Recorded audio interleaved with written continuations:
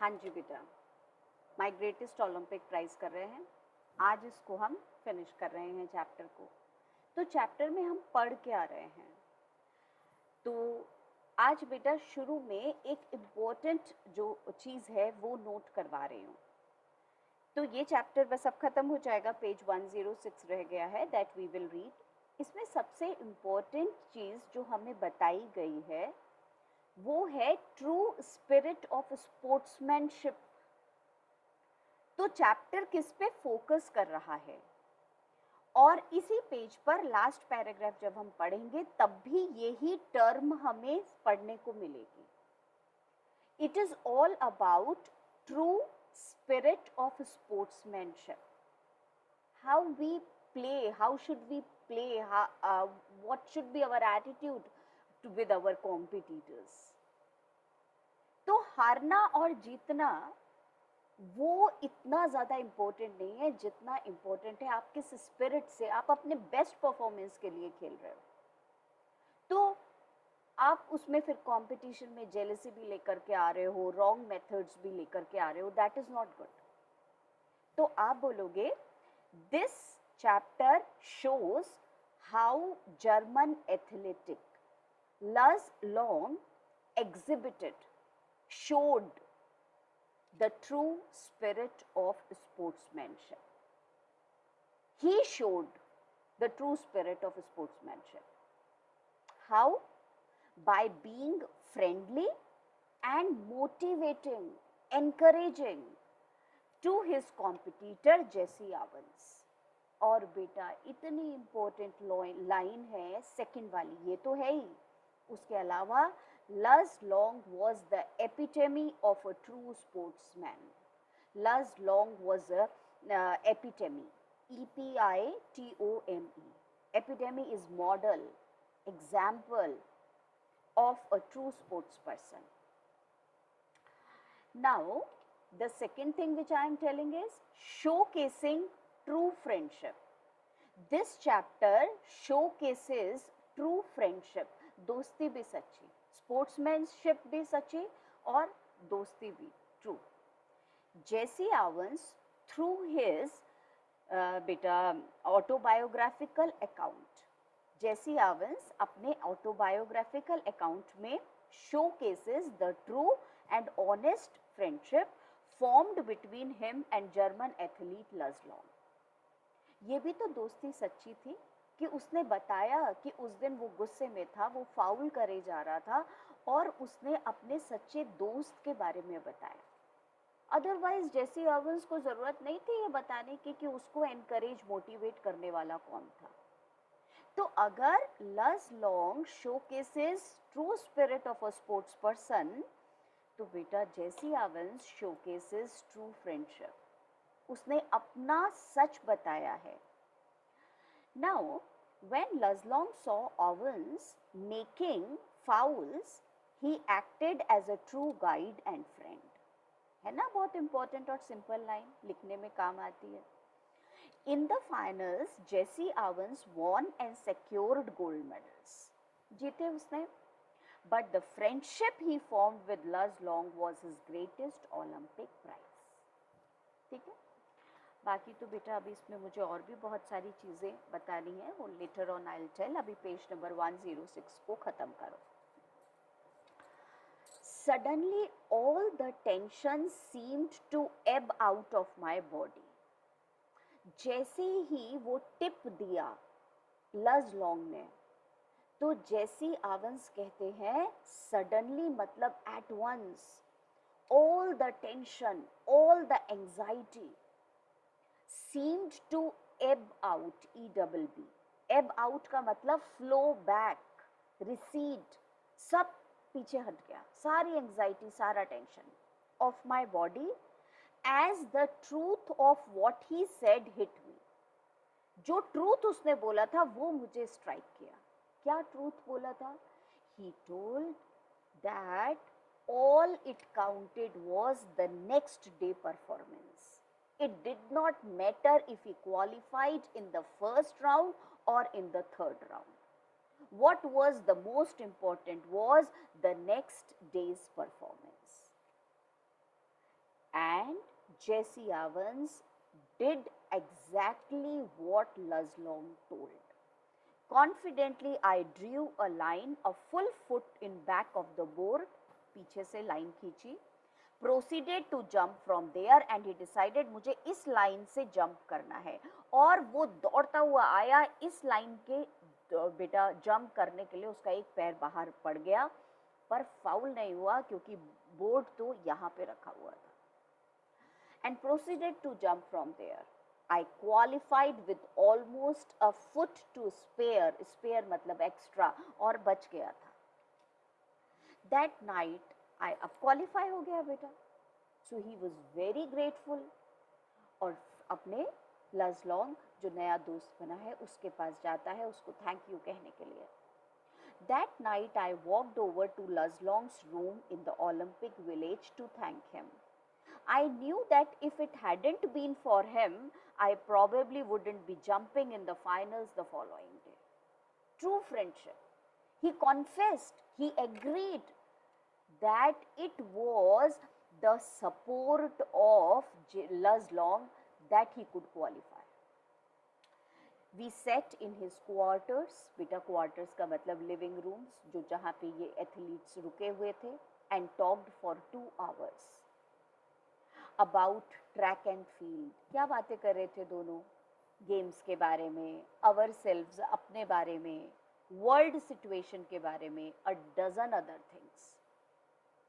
When I finally got up to leave, we both knew that a real friendship had been formed. और बेटा friendship होने के लिए it doesn't take much time. What is required for friendship is truth. और बेटा वो सच्चाई दोनों के बीच में थी. तो कहता है वो 2 घंटे बात करने के बाद हमारे बीच में एक ऐसी फ्रेंडशिप डेवलप हो चुकी थी. ऐसी फ्रेंडशिप नहीं कि हम एक दूसरे को जीतने देंगे. हम अपना अपना बेस्ट परफॉर्मेंस देंगे और जो भी जीतेगा हमें बुरा नहीं लगेगा क्योंकि बात किसकी हो रही है? परफॉर्मेंस की, हमारी नहीं. Luz would go out to the field the next day trying to beat me, trying to defeat me, मुझे हराने के लिए, if he could. But I knew that he wanted me to do my best. पर हम चाहते हैं दोनों अपना अपना अच्छा परफॉर्मेंस करें. Luzlong अगले दिन मुझे हराने की कोशिश करेगा पर वो ये भी चाहता है कि मैं भी अपना बेस्ट दूं, even if that meant my winning. और जो बेस्ट परफॉर्मेंस होगी वो जीत जाएगी पर दोस्ती तो एज इट इज रहेगी. So that is the true case of friendship. As it turned out, a beta next day, Luz broke his own past record. Luzlong ने जो जंप किया कमाल था. जो उसका रिकॉर्ड था वो उसने तोड़ दिया. In doing so, he pushed me on to a peak performance. And when he broke his record, so he was also motivated, Jesse Owens, that even he had to give his best, even he had to break his own record. So दोस्त को देख करके अब उसे jealousy नहीं हो रही है क्योंकि now he could not think him Luzlong to be his competitor. Luzlong was his friend. He did it best. Now I will also do my best. तो बेटा he pushed me, मतलब he motivated me, he encouraged me, encouraged Jesse Owens by his performance. अब field में सबके सामने थोड़ी ना उसको एनकरेज कर रहा है, अपना बेस्ट करके इसको अपने आप एनकरेजमेंट आ गया. If Luzlong could do his best, then even I have to. Peak performance मतलब highest level performance. I remember at the instant I landed from my final jump, the one which set the Olympic record of 26 feet 5 and 5/16 inches. और बेटा इसने अपना best दिया और world record बना दिया. He was at my side congratulating me. और जैसे ही मेरा परफॉर्मेंस वर्ल्ड रिकॉर्ड बनाता है, Luzlong बेटा एक ट्रू स्पोर्ट्स पर्सन की तरह, एक ट्रू फ्रेंड के लिए की तरह आके जेसी आवेंस को कॉन्ग्रेचुलेट करता है. और हिटलर वॉज सिटिंग बिल्कुल फ्रंट में बैठा हुआ था एंड हिटलर वॉज ग्लेयरिंग, गुस्से में देख रहा था, because Hitler did not like that how another race can win, Nazis के अलावा कोई और जीत कैसे सकता है।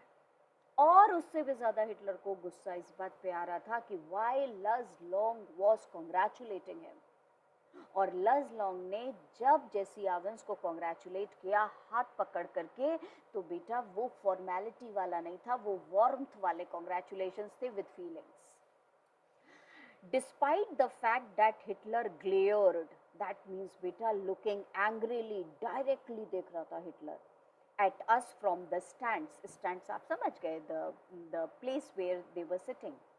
us का मतलब both of them, Jesse Evans और लज़लोंग दोनों को देख रहा था, how they were congratulating, how लज़लोंग was congratulating. Not 100 yards away का मतलब not very far away. He could very well understand कि ये दोनों के बीच में तो दोस्ती हो रही है. Luz shook my hand hard and it wasn't a fake smile, false smile नहीं थी। तो आपने देखा होगा बेटा, जितने स्पोर्ट्स होते हैं सब एक दूसरे को कॉन्ग्रेचुलेट करते हैं अगर सामने वाली टीम जीत जाती है तो, पर वो फॉल्सली होता है, ऐसे धीरे से हाँ चलो ठीक है। पर it was not a fake smile with a broken heart, ऐसा नहीं था उसका smile, sort of grip either, handshake. Grip का मतलब वो हाथ पकड़ के जैसे करा, तो वो दुखी होने वाला हाथ नहीं पकड़ा था, उसमें बेटा रियल फीलिंग्स थी। He was happy that Jesse Evans gave his best. Now the last one, ये जो लास्ट पैराग्राफ है, ये बेटा जो दोनों चीजें आपने पढ़ी ना, ट्रू स्पोर्ट्समैनशिप क्या होती है, ये उसके बारे में बताया है। You can melt down all the gold medals and cup. एक ट्रू फ्रेंड लिख रहा है, मैंने जितने कप और जितने सब गोल्ड के जीते हैं मेडल्स, वो सब मेल्ट कर दो। आई हैव, जेसी एवंस कहता है, and they couldn't be a plating on the 24 carat friendship. और बेटा प्लेटिंग का मतलब थिन लेयर, और इतने सारे गोल्ड और मेडल्स का सोना, गोल्ड भी, वो बेटा पतला सा कवर भी नहीं लगा सकता। मतलब no comparison between the true friendship which he developed with Luzlong. The gold medals and gold itself or gold trophies were much lighter than the heaviness of the true friendship. बेटा 24 carat friendship क्यों बोला है? Pure and true friendship. 24 carat gold is true बेटा, बिल्कुल pure and true. Similarly, the friendship was very pure and true. Now, ma'am pure और true का मतलब क्या हो गया? बेटा प्योर और ट्रू फ्रेंडशिप का मतलब free of anger, free of hatred, free of any evil feeling, free of any malice. Malice मतलब evil feeling। कौन सी फ्रेंडशिप होती है जो ट्रू और प्योर होती है? which is free of anger, which is free of jealousy, which is free of any malice, तो उसको बोलते हैं। और हम तो दोस्ती करते तो सब चीज़ थोड़ी थोड़ी मिली हुई होती है ना, इसलिए उसने बोला 24 carat friendship. I felt for Luzlong at that moment. Which moment? वो वाला मोमेंट जब उसने हाथ मिलाया। I realized then too that Luz was the epitome, अभी मैंने बताया ना, epitome of Perry D. Coubertin. Very important, इसको मार्क कर लो। कौन था ये बंदा? Founder of the modern Olympic games. और उसने जब ओलंपिक गेम्स बनाए थे तो ट्रू स्पोर्ट्समैनशिप दिखाएंगे सब लोग, इसके लिए बनाए थे। बेटा must have had in mind when he said, और उसने खुद बोला था ओलंपिक गेम्स की शुरुआत करते समय, the important thing in the Olympic games is not winning but taking part. Take part, do your best, that all. जीत जाए बहुत अच्छा, कोई नहीं जीतता है तो कोई बात नहीं, नेक्स्ट टाइम जीतेगा। The essential thing in life is not conquering. बेटा कॉन्करिंग का मतलब लिख लो जरा। कॉन्कर का मतलब पता है क्या होता है? जीतना किसी भी हालत में, कंट्रोलिंग बाय फोर्स। तो is not conquering but fighting well. ये कोई जरूरी नहीं है that you can control anyone anything by force. और जब हम बाय फोर्स की बात करते हैं बेटा, तो बाय फोर्स का मतलब होता है कोई भी गलत तरीके से, तो वो नहीं है, बट फाइटिंग वेल, पर जीत बेटा लड़ना अच्छा ये जरूरी होता है। एबिटेबी का मतलब मैंने बेटा पहले भी बता दिया था, perfect example, and here also I am telling. So this is all that we have finished. बस थोड़ा सा और सुन लो और उसके बाद में फिर हम ये चैप्टर खत्म करेंगे, बस फिर क्वेश्चन आंसर्स के लिए मिलेंगे। इसमें बेटा एक और हेडिंग है, और वो क्या है हमारे चैप्टर में, Nazis Aryan superiority theory. Nazis believed in the theory of racial hierarchy. Hierarchy का मतलब बेटा ऑर्डर, रेसेस ऑर्डर में होती हैं, सबसे हाईएस्ट, फिर उससे कम, फिर उससे कम। तो नाजीज को ये गलतफहमी हो गई थी। Nazis believed in the theory of racial hierarchy, identifying Germans as part of Aryan master race. They thought themselves Germans are the masters race है। एट द बर्लिन 1936 ओलंपिक्स, ये वाली लाइन कितनी बार मैं रिपीट कर रही हूँ, Hitler plan to show the world that the Aryans were the dominating race. Jesse Owens, being a Negro and grandson of a slave, wanted to prove Hitler wrong. He sealed his place in Olympic history by becoming the most successful athlete of the 1936 games. और बेटा Olympics की history में उसका नाम उसी साल लिखा गया जिस साल हिटलर सोच रहा था कि वो दुनिया को ये बता देगा that Nazis were the highest race.